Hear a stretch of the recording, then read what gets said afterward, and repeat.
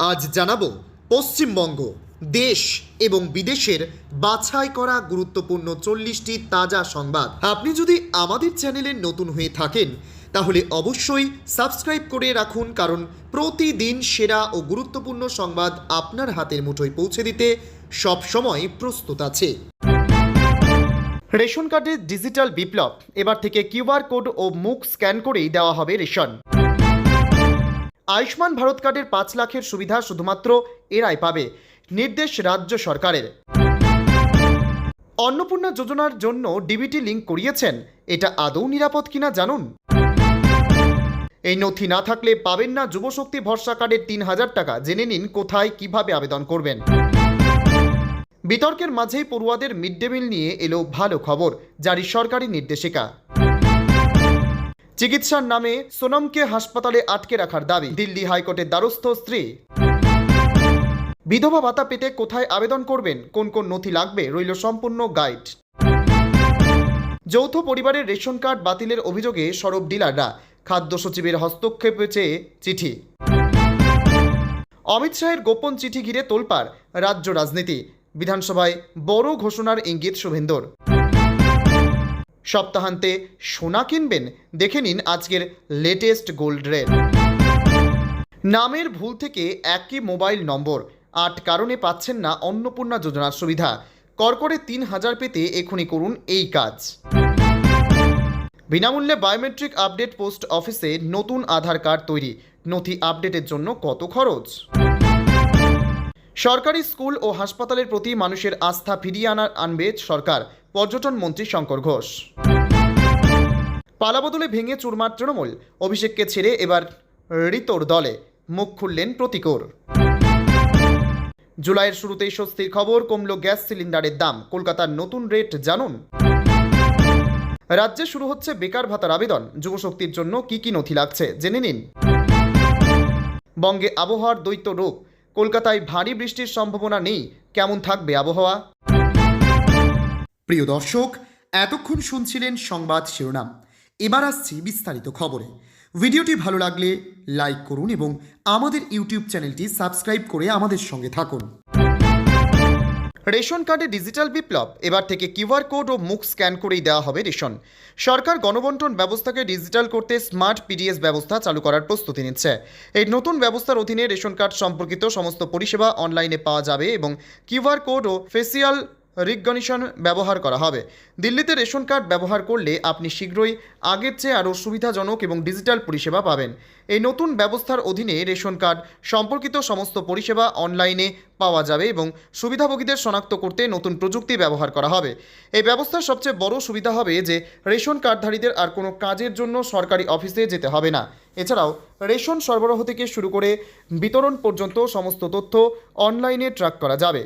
QR code এবং face স্ক্যানের মাধ্যমে ration বিতরণ করা হবে। রেশন কার্ডগুলিকে কিউআর কোড ভিত্তিক স্মার্ট কার্ডে আপগ্রেড করা হবে।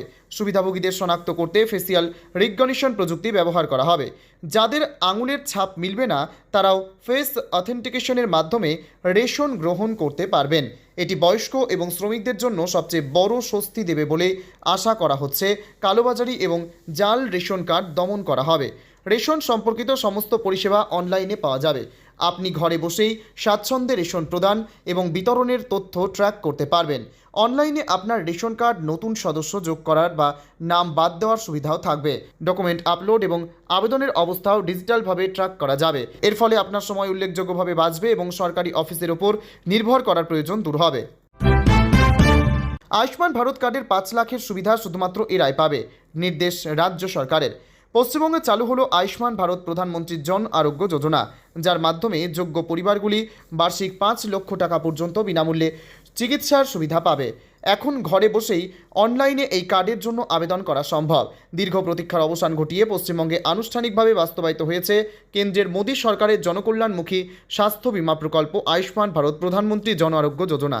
এই প্রকল্পের আওতায় রাজ্যের যোগ্য পরিবারগুলি দেশের যে কোনো নথিভুক্ত সরকারি বা বেসরকারি হাসপাতালে প্রতি বছর 5 লক্ষ টাকা পর্যন্ত সম্পূর্ণ বিনামূল্যে ক্যাশলেস চিকিৎসার সুবিধা পাবেন।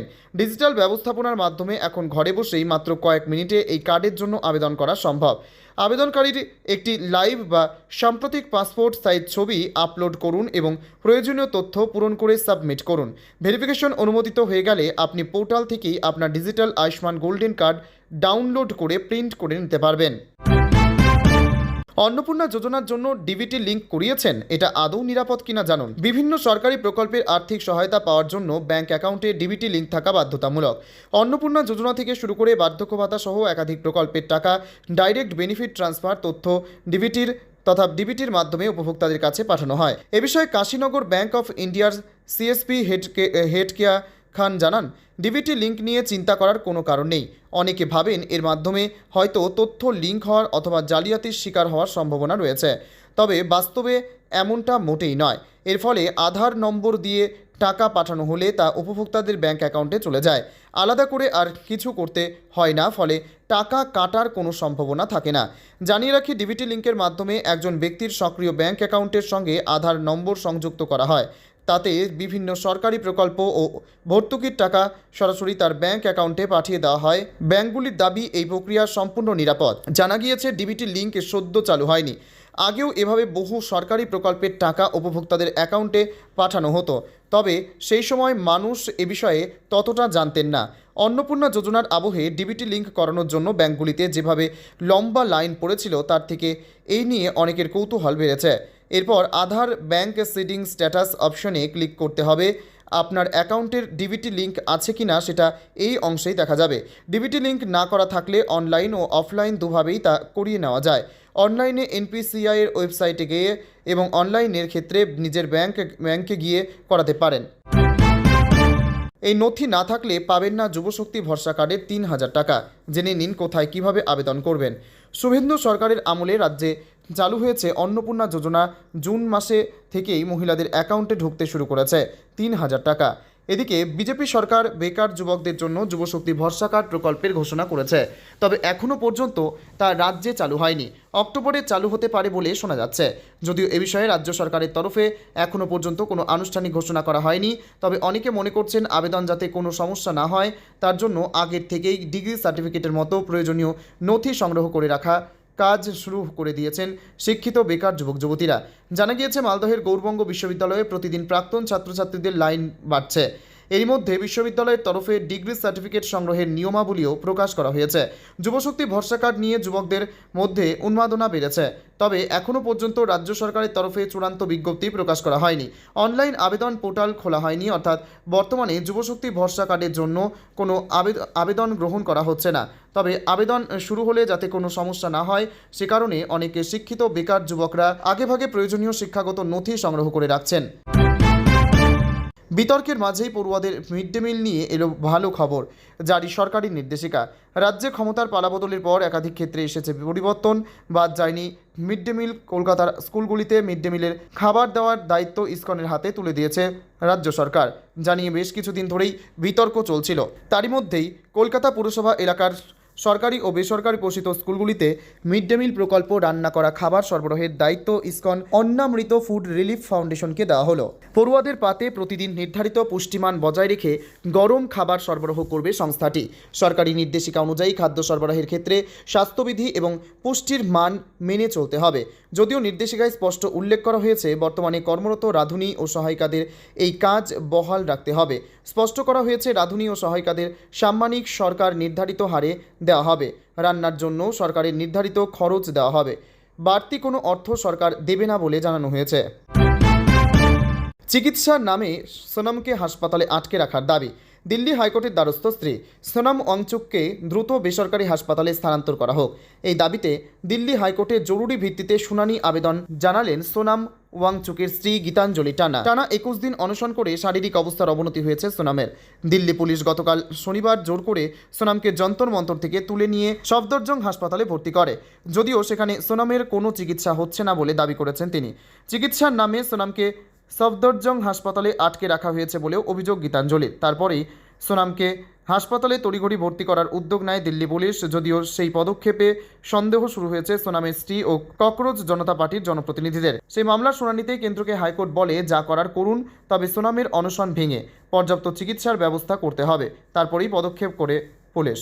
এদিকে হাসপাতাল থেকে খোলা চিঠি লিখেছেন সোনাম ওয়াংচুক। আগামীকাল সোমবার 20 জুলাই ককরোচ জনতা পার্টির তরফে সাংসদ ভবন অভিযানের যে ডাক দেওয়া হয়েছে তা সফল করার আহ্বান জানিয়েছেন তিনি। তাই আন্দোলনে ভারতের স্বাধীনতার দ্বিতীয় আন্দোলন বলে উল্লেখ করেছেন তিনি। বিধবা ভাতা পেতে কোথায় আবেদন করবেন, কোন কোন নথি লাগবে রইল সম্পূর্ণ গাইড। বিধবা ভাতা প্রকল্পের মাধ্যমে রাজ্যে বিধবা মহিলাদের মাসে মাসে আর্থিক সহায়তা দেয় সরকার। সম্প্রতি এই প্রকল্পের ভাতা বাড়িয়ে দেওয়া হয়েছে। যদিও বিধবা ভাতার জন্য কোথায় কিভাবে আবেদন করতে হয় তা অজানা থাকায় অনেক মহিলাই এই প্রকল্পের সুবিধা থেকে বঞ্চিত হন। পশ্চিমবঙ্গের বিধবা ভাতা প্রকল্পটি পশ্চিমবঙ্গ সরকারের একটি সামাজিক সুরক্ষা পেনশন প্রকল্প, যা স্বামীর মৃত্যুর পর আর্থিক সংকটে থাকা বিধবা মহিলাদের জন্য চালু করা হয়েছে। এই প্রকল্পের মাধ্যমে কোনো যোগ্য বিধবা উপভোক্তাদের প্রতি মাসে আর্থিক সহায়তা প্রদান করা হয়। আপনি যদি গ্রাম পঞ্চায়েত এলাকার বাসিন্দা হয় তাহলে আপনার সংশ্লিষ্ট গ্রাম পঞ্চায়েত অফিসে গিয়ে আবেদনপত্র সংগ্রহ করুন। আর পুরসভার বাসিন্দা হলে পুরো অফিসে আবেদনপত্র সংগ্রহ করুন। আবেদনপত্রে আপনার নাম, ঠিকানা, জেলা সহ সমস্ত তথ্য দিতে হবে ডিবিটি লিঙ্ক যুক্ত ব্যাংকের অ্যাকাউন্ট নম্বর, পাশাপাশি দিতে হবে আধার কার্ডের নম্বরও। আবেদনপত্রের সঙ্গে দিতে হবে স্বামীর ডেথ সার্টিফিকেট ফটোকপি। আবেদনপত্রের সঙ্গে দিতে হবে আধার কার্ড, ভোটার কার্ড ফটোকপি এবং নিজের একটি পাসপোর্ট সাইজের ছবি। বঙ্গে আবারও দৈত্যরূপ, কলকাতায় ভারী বৃষ্টির সম্ভাবনা নেই। কেমন থাকবে আবহাওয়া?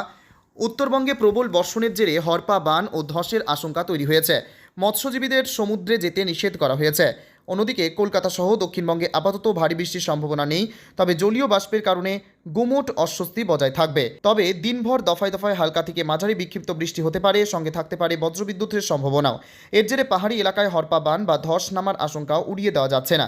আবহাওয়াবিদদের পূর্বাভাস অনুযায়ী এই প্রতিকূল পরিস্থিতির জেরে রবিবার পর্যন্ত পশ্চিমবঙ্গ উপকূলের মৎস্যজীবীদের সমুদ্রে যাওয়ার উপর সম্পূর্ণ নিষেধাজ্ঞা জারি করেছে প্রশাসন। পূর্বাভাস মিলিয়ে বদলাচ্ছে আবহাওয়ার মেজাজ। পাঞ্জাব, হরিয়ানা, উত্তরপ্রদেশ, বিহার ও পশ্চিমবঙ্গ হয়ে উত্তর বঙ্গোপসাগর পর্যন্ত বিস্তৃত মৌসুমী অক্ষরেখার বর্তমানে সক্রিয় রয়েছে।